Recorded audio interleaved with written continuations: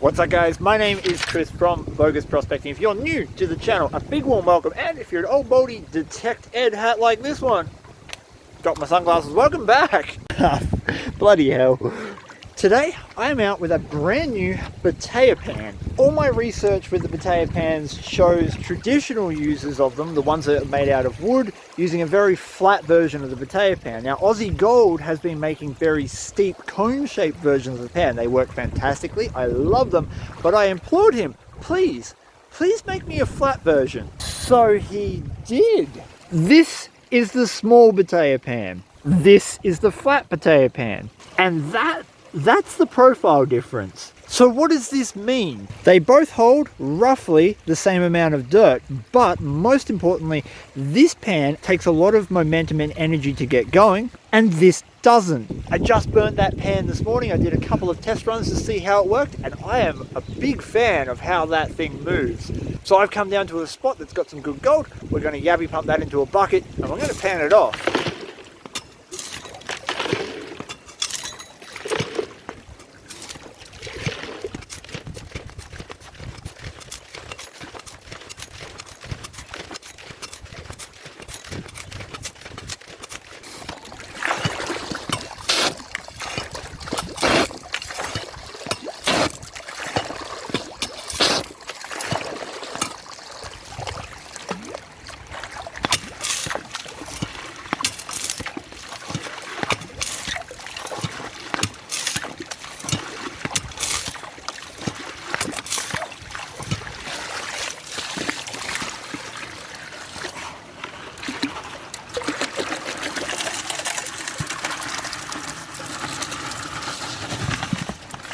Oh, pretty good.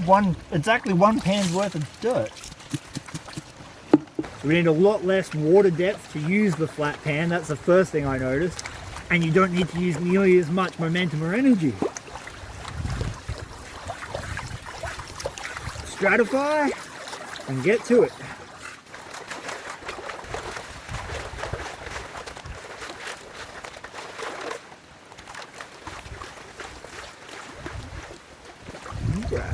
Now it's a little bit different doing this because the angle isn't quite as steep. It doesn't sort of concentrate things in a line, it spreads it out a bit more. So that's taking me a little bit of time to get used to.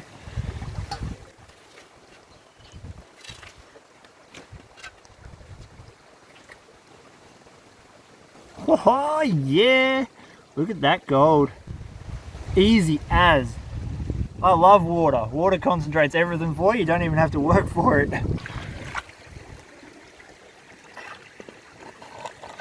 Just so you get an understanding of what's going on here, I featured this spot in a video that I'm going to link up above. Now these people have been back and they have worked more dirt, and again they've left gravel on the bedrock, but most importantly they also left a fast part of water.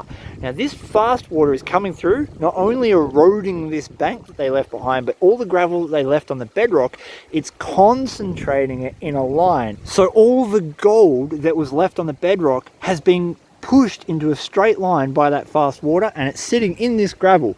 Now the only way we can pick this up properly is with a yabby pump. You get them from fishing shops. I'm almost certain that there is going to be amazing gold in this.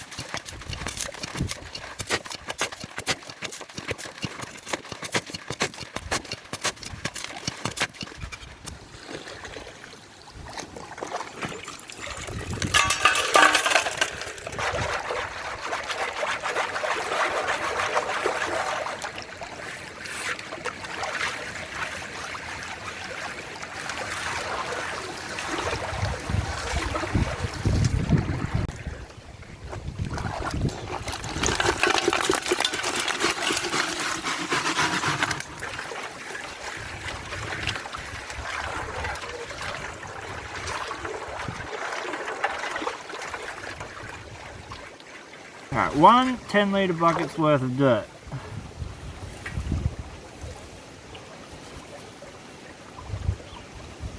Woohoo!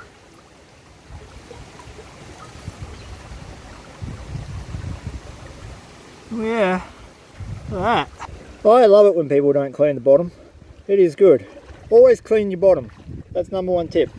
Very next bucket, the spec count is starting to drop off a little bit. We're still getting good gold, but it's nowhere near what it was at the head of where this has been concentrating. And that's just basic physics, because we've got really fast water here and it doesn't take long for gold to settle out. So most of it's going to be in that stretch, and then it's just going to peter out across this as that velocity drops off. So we'll do a few more from here and then we'll get up there and see if we can't find any more good stuff.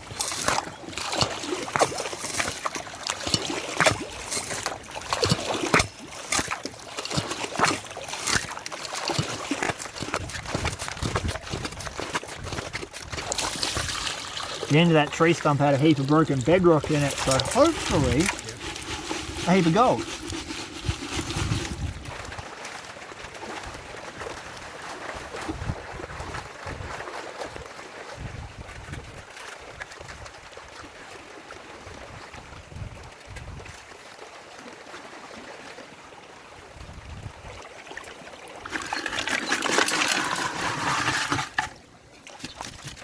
I haven't tipped the pan back yet, and I'm already seeing a heap of gold coming out the back of this gravel, so with a little bit of luck that'll continue on underneath that pile of cons. Alright, we're going to do the one hand pan, which has never historically worked out well for me, but let's try it again, because why not? Let's just throw all the gold back in the river. Oh, it's not working. Okay, back to the two hand pan. Oh, much better. Hey, there we go.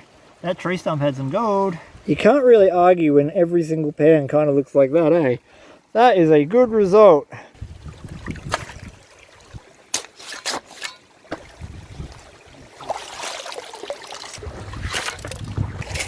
This is a tiny piece of original ground that was left right on the edge, and when I first worked this spot, it was really good, so I thought I'd better just chew that out and make sure that there isn't any gold left in it for me.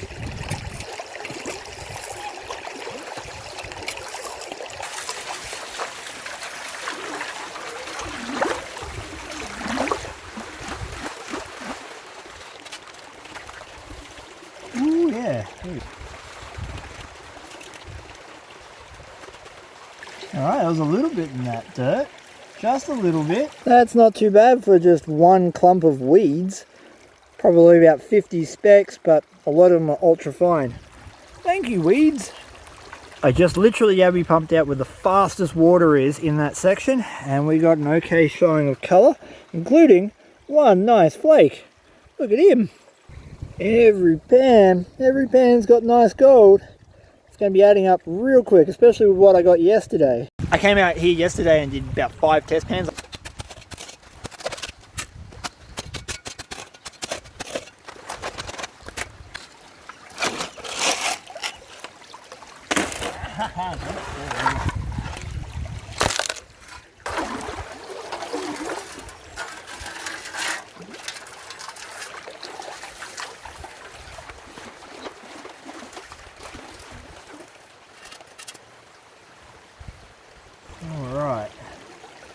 Alright, some of the dirt up here in that bank is still worth high banking. It's not quite as good as what I'm yabby pumping off the bottom, but that is to be expected. So, potentially, we'll have to come back here with a high banker and work this section. Well, I have done about a dozen more pans and picked up some pretty good gold, including a lot of very fine stuff. I'm on a tight time schedule, so I'm going to take you guys home, throw that shiny stuff on the scales, and see how many cheese and bacon rolls we can buy. Right before we jump into the weigh-in, I wanted to let you guys know that we finally have international shipping on my merch line, including old moldy hats. So if you're interested in grabbing an old moldy hat or a t-shirt, the link is in the description below. And while you're down there, you'll also find a link to a competition that I'm running where I'm giving away a potato pan from Aussie Gold, as well as a best damn pan from Placid Tools.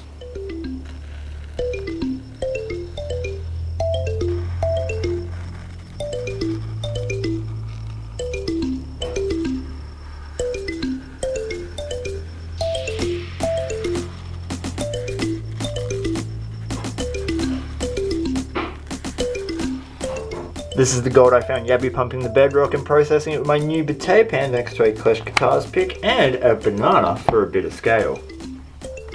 You can see we got a nice mix of ultra fine gold, but we did pick up a few chunky bits, including this nice big flake that you saw come out at the end there.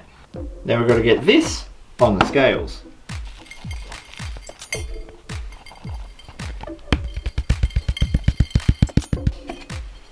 I'm going to guess 0.35.